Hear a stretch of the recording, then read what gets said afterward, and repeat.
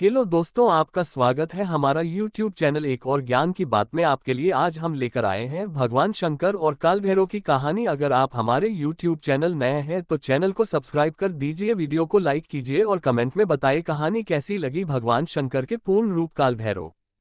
एक बार सुमेरु पर्वत पर बैठे हुए ब्रह्मा जी के पास जाकर देवताओं ने उनसे अविनाशी तत्व बताने का अनुरोध किया। शिवजी की माया से मोहित ब्रह्मा जी उस तत्व को न जानते हुए भी इस प्रकार कहने लगे, मैं ही इस संसार को उत्पन्न करने वाला स्वयंभू अजन्मा एकमात्र ईश्वर अनादि भक्ति ब्रह्म घोर निरंजन आत्मा हूँ।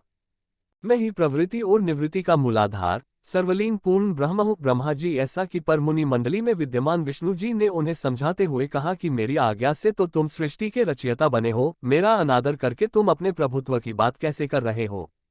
इस प्रकार ब्रह्मा और विष्णु अपना अपना प्रभुत्व स्थापित करने लगे और अपने पक्ष के समर्थन में शास्त्र वाक्य उद्धृत करने लगे। अंततः वेदों से पूछने का निर्णय हुआ तो स्वरूप धारण करके आए चारों वेदों ने क्रमशः अपना मत इस प्रकार प्रकट किया। ऋग्वेद जिसके भीतर समस्त भूत निहित है तथा जिससे सब कुछ प्रवत होता है और जिसे परमात्मा कहा जाता है, वह एक रुद्र रूप ही है। यजुर्वेद जिसके द्वारा हम वेद भी प्रमाणित होते हैं तथा जो ईश्वर के संपूर्ण यज्ञों तथा योगों से भजन किया जाता है, सबका दृष्टा वह एक शिव ही है। सामवेद जो समस्त संसारी जनों को भरमाता है, जिसे योगी जन ढूंढते हैं और जिसकी भांति से सारा संसार प्रकाशित होता है, वे एक त्रयंबक शिवजी ही हैं।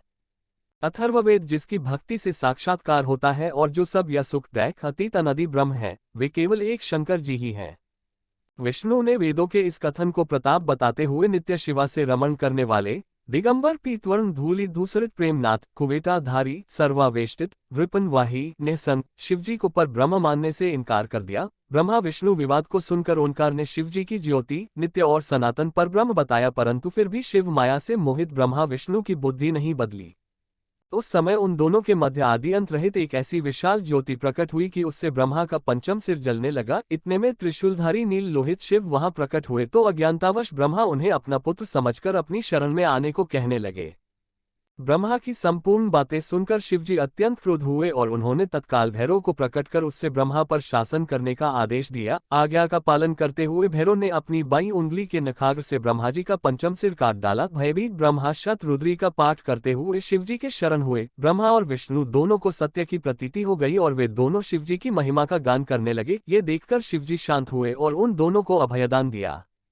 इसके उपरांत शिवजी ने उसके भीषण होने के कारण भैरव और काल को भी भयभीत करने वाला होने के कारण काल भैरव तथा भक्तों के पापों को तत्काल नष्ट करने वाला होने के कारण पाप भक्षक नाम देकर उसे काशीपुरी का अधिपति बना दिया। फिर कहा कि भैरव तुम इन ब्रह्मा विष्णु को मानते हुए ब्रह्मा के कपाल को धारण करके इसी के आश्रय से भिक्षावृत्ति करते हुए वाराणसी में चले जाओ, वहां उस नगरी के प्रभाव से तुम ब्रह्म हत्या के पाप से मुक्त हो जाओगे।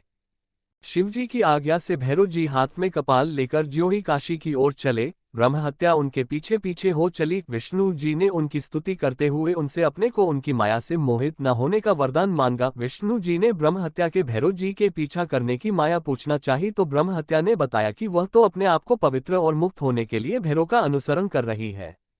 भैरव जी ज्यों ही काशी पहुंचे त्यों ही उनके हाथ से चिमटा और कपाल छूटकर पृथ्वी पर गिर गया और तब से उस स्थान का नाम कपालमोचन तीर्थ पड़ गया। इस तीर्थ में जाकर सविधि पिंडदान और देव पितृ तर्पण करने से मनुष्य ब्रह्म हत्या के पाप से निवृत्त हो जाता है।